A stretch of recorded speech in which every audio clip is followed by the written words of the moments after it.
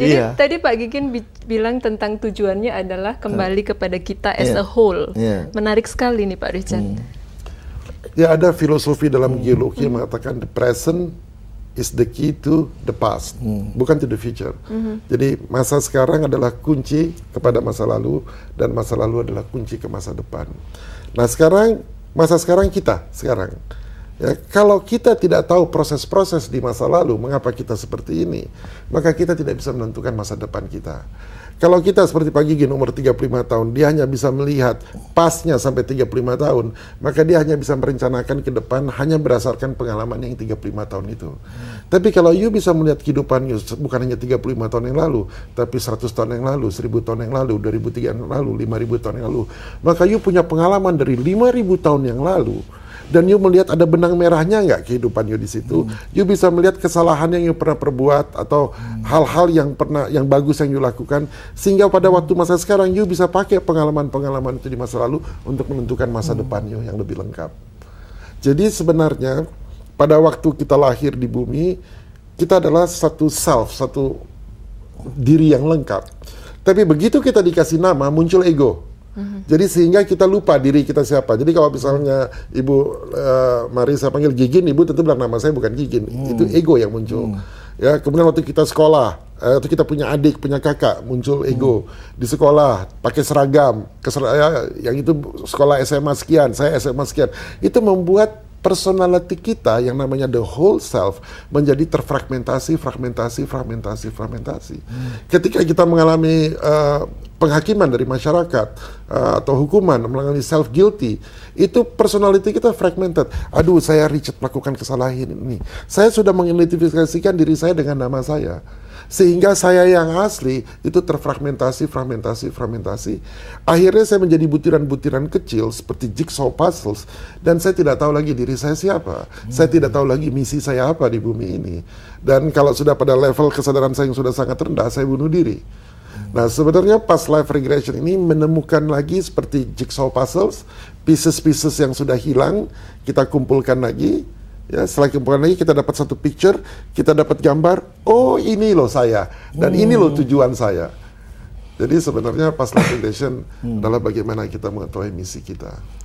Dan pada saat banyak orang melakukannya dan mengetahui histori panjang ke belakang, maka sebenarnya ini membantu proses oneness itu sendiri ya Pak Richard. Jadi karena sekarang kan banyak separation. Saya, Richard, Gigin, perang sini, perang sana karena tidak merasa menjadi satu. Betul sekali. Jadi begitu ego itu terbentuk, itu yang terjadi adalah proses separation dari whole self. Jadi begitu kita kembali ke past life, maka proses separation itu kan whole self itu kata-katanya whole, seluruh. Dia jadi holy kan. Begitu dia separated, ya, fragmented, dia tidak jadi whole lagi, kita tidak jadi holy lagi. Tetapi kalau ini bisa disatukan, kita menjadi whole dalam arti keseluruhan, dan kita menjadi holy.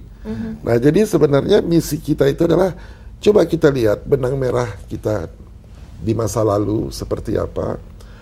Ada hal-hal yang kita lakukan, kesalahan yang repetition, yang kita lakukan kesalahan.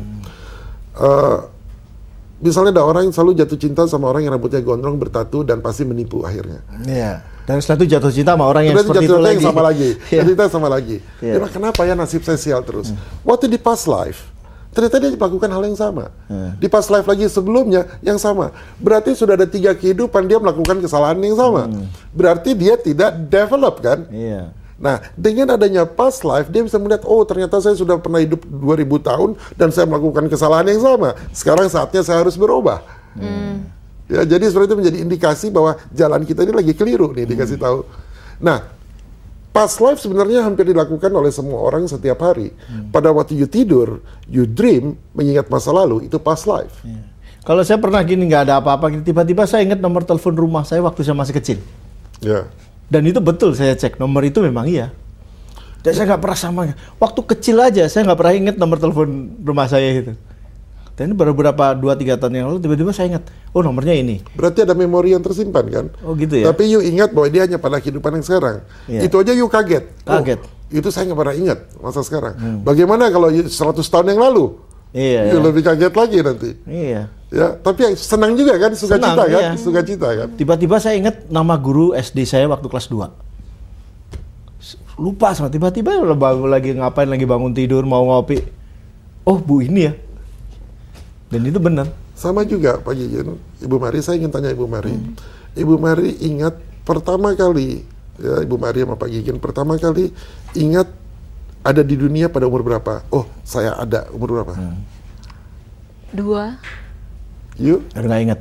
Nggak ingat. Yang pertama kali yuk ingat bahwa saya ada di dunia pada masa sekarang? Nggak ingat saya. Kan tadi kelas 2 SD ingat yuk.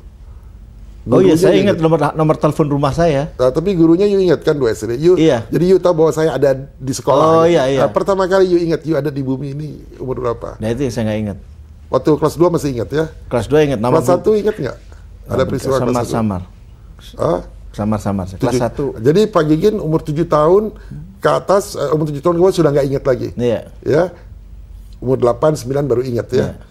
Kalau Ibu Mari umur berapa tahun? Umur 2 tahun, tapi sebenarnya itu juga mulai ingat pada saat saya umur 2 dan 3 tahun baru-baru ini. Sempat beberapa tahun sebelumnya ada blockage memory yang saya baru ingat pada saat saya berumur 5 tahun.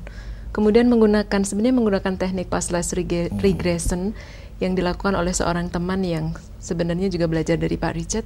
Itu bisa sebenarnya saya sampai dikembalikan kepada salah satu past life saya yang kalau menurut teman saya ini sebenarnya hampir semua orang memiliki banyak past life yang jumlahnya banyak sekali, tidak hanya satu. Betul.